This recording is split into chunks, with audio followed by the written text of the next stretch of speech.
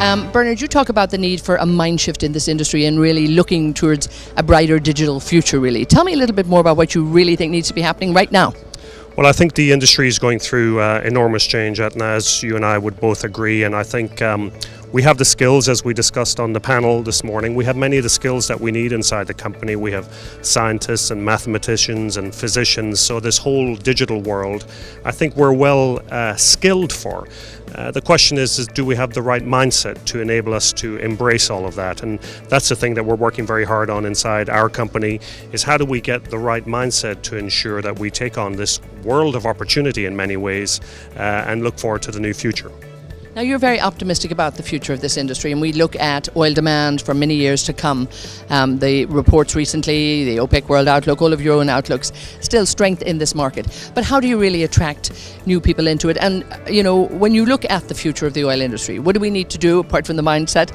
We need to put those efficiencies in place. But, you know, what's urgent to make sure that we're here for the sustainable longevity of the industry? Well, I think you ask a great question about how do we attract the next generation, and for me it's all about our purpose. Our purpose as an industry is to provide heat, light and mobility to the world. Over the next 20-25 years, 2 billion people in the planet will move from low to middle income. When we look at bringing new people into the industry, what do you think is the big message that you can put out there for them? The big message is that this industry makes a difference in the world. 2 billion people over the next 20 years will move from low to middle income, 1.5 billion new people in the world. They all require energy. They all require what you and I take for granted on a daily basis. And the reality is that oil and gas are going to play a major role in the world for decades to come, no matter what analysis you look at. I don't think there's any analysis that shows oil less than 85 million barrels a day by 2040, and that's the most aggressive by a long shot. So this industry has a real purpose.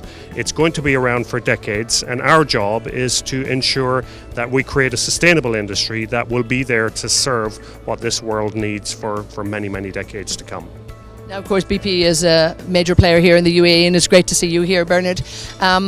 Talking to your peers here, talking with your customers, talking to the ministers, how are you finding ADIPEC 2017? Well, it's my first time at ADIPEC, and it's an incredible event, so my thanks and congratulations to everybody who's been part of organising it.